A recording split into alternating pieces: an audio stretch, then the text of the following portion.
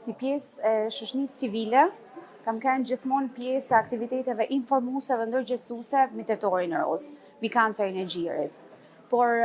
këtë vit për mu vjen ndryshe. Këtë vit për mu vjen si një vajzë që këtë tetor e ka kalu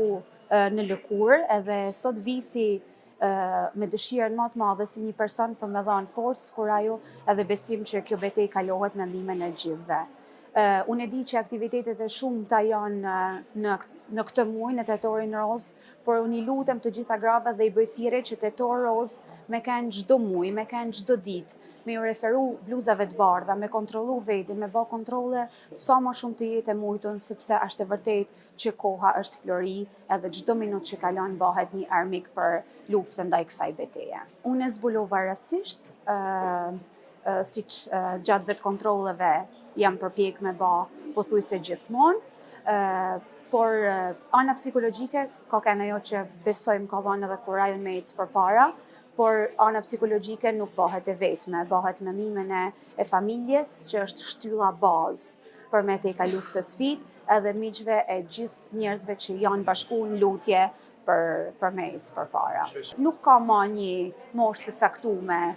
kjo smundje vjen, të troket ndërë dhe hinë mra, nuk të pyet, as sa vjeç je, as kush je, as pozicionin e punës që ti përfaqëson, ajo vjen. Ajo që kena një ndorë me është me zbulu sa më parë tjetë e mujtën, sepse vetëm kështu mundena me amyll derën edhe me nxjerr jashtë për jetës tonë, me krenari. Nëse ka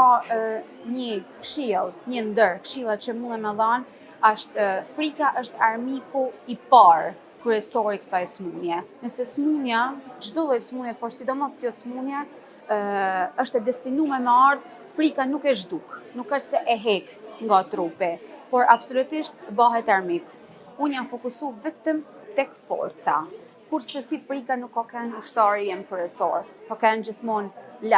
larg mejet, por ka qenë, nuk ka se ka mundu. Po familjen kurse si nuk do t'isha sot këtu. Besoj situacioni i familjes edhe jena me fat që e kena hala afër edhe e vlerësojmë çdo person, por pa familje nuk besoj se mundena me ja dalë çfarë do lloj sfide, sidomos aty në shëndetësore. Edhe një gjë shumë të rëndësishme, besojini mjekëve, besojini bluzave të bardha, ato janë miqtë tanë, spitali nuk është armiku jonë, vendi që ne duhet me i pas frikë, është shtëpia jonë, një moment a një tjetër mund të përballena me spitalin, por kurse si nuk duhet me e pa larg, e kena afër, e kena shpëtim prej duarve të mjekëve, sot jena këtu.